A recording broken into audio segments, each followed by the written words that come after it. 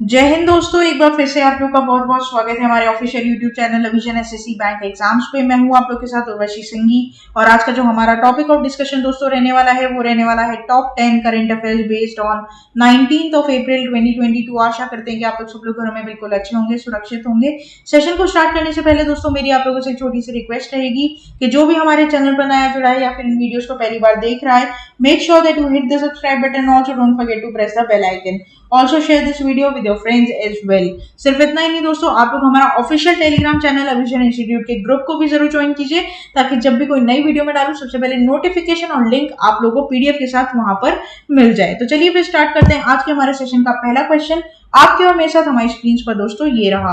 Under the Hanuman ji चार धाम project, PM Modi has unveiled a 108 feet tall statue of Lord Hanuman Ji in west direction of the country. In which city? तो दोस्तों आप लोगों को ये बताना है कि हनुमान जी चार धाम प्रोजेक्ट चल रहा था। बेसिकली पीएम मोदी ने अनवेल्ड किया है, मतलब स्थापना की है। बेसिकली जो पर्दा हटाना होता है मूर्ति के ऊपर से, वो हुआ 108 फीट की ये लंबी स्टैचू है हनुमान जी की। वेस्ट डायरेक्शन में ये खड़ी है कंट्री के। तो कौन सी सिटी में इसका स्थापना हुई है बात आपको बतानी, करेक्ट ऑप्शन हो जाएगा मोरबी। ठीक है, पूरी बात करेंगे दोस्तों। फोटो सबसे पहले तो यहाँ पर आप देखिए 108 फीट लंबी ये मूर्ति है। ठीक है, तो prime minister of India Shri Narendra Modi unveiled 108 feet statue of Lord Hanuman ji in Morbi Gujarat at ashram of Bapu Keshav Nandji via video conferencing on April 16, 2022 on the occasion of Hanuman Jayanti. The statue is the second among the four statues being built in the four direction across the country as a part of Hanumanji Char Dham project. The first such grand statue of Hanumanji was inaugurated in the north in the Shimla of Himachal Pradesh 2010. The statue at Morbi has set up in the west.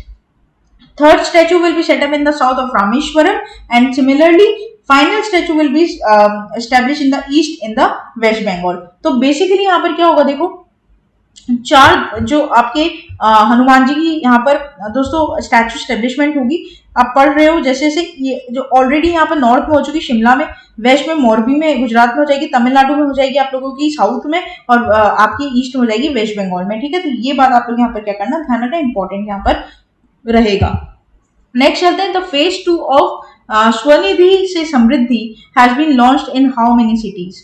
तो ऑप्शन आप लोगों के सामने है, correct हो जाएगा 126। पूरी बात करेंगे तो Svanidhi se Samriddhi scheme and additional programme of PM Svanidhi was launched by ministry of housing and urban affairs. तो सबसे पहला पॉइंट कि कौन से मिनिस्ट्री के अंदर आता है, तो वो आता है आपका महुआ के अंदर। ठीक है, अच्छा, on January 4, 2021 to be implemented in the phased manner.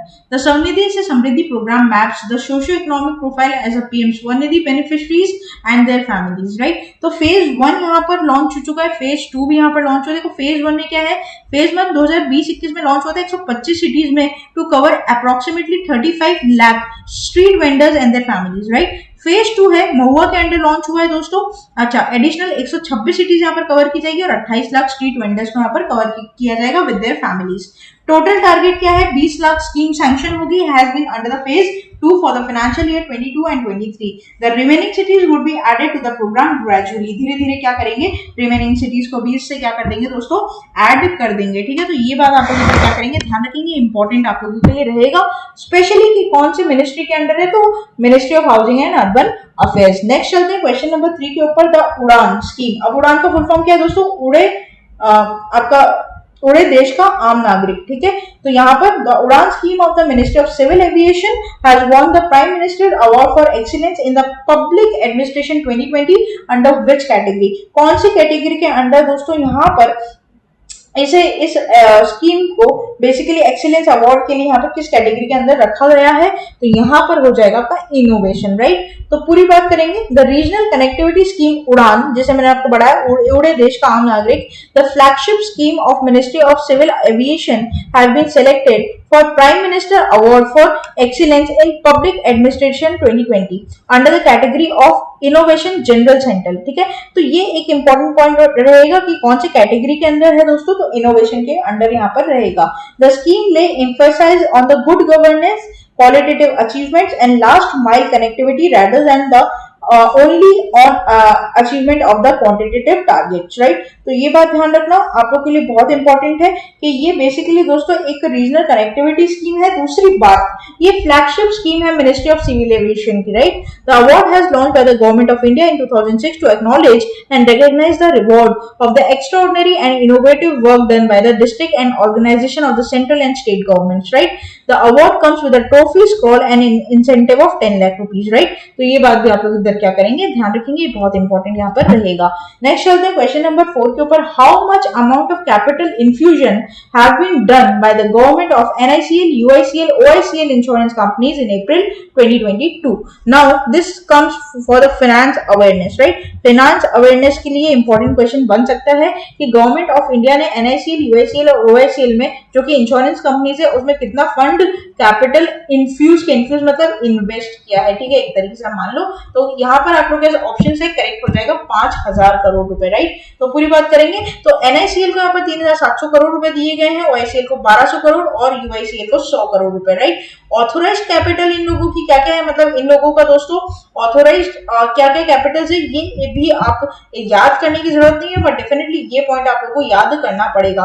तो सेंट्रल गवर्नमेंट ने इन्फ्यूज किया पूरा total of 5000 crore for the 3 public sector general insurance companies, namely Oriental Insurance Company Limited, National Insurance Company Limited and आपका United India Insurance Company Limited, ठीक है। तो OICL, NICL and UICL, तो ये बात आप लोग इधर क्या करेंगे, ध्यान रखेंगे। डेफिनेटली इनका जो पोर्शन है वो भी आप थोड़ा सा बैकहेड में ध्यान रखेंगे दोस्तों। नेक्स्ट चलते हैं, who has been awarded with the 2022 Malcolm Adiseshiah award, right. Options are there on your screen, correct will be Prabhat Patnaik. तो पहले तो फोटो देखेंगे आप इनकी। रिनाउंड इंडियन मार्क्सिस्ट है, economist, political commentator Prabhat Patnaik has been selected for the award.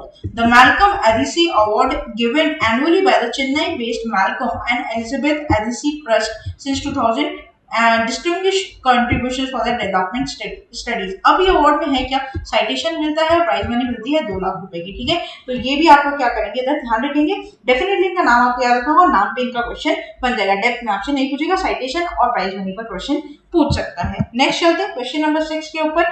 Which team has won the 71st men's senior national basketball championship, right. Options are there on your screen, correct will be Tamil Nadu. तो यहाँ पर दोस्तों तमिलनाडु ने हराया है पंजाब को और जीता है men's title of 71st senior national basketball championship का, जो कि एक Indian railway stops in women section, right. तो ये बात आप इधर ध्यान रखना कि तमिलनाडु ने पंजाब को हराया 87-69 in the final to win the men's title, and the women title has won by the Indian railways team after defeating Telangana in 131-82 by the score, right. तो ये बात आप लोग इधर क्या करेंगे, ध्यान रखेंगे।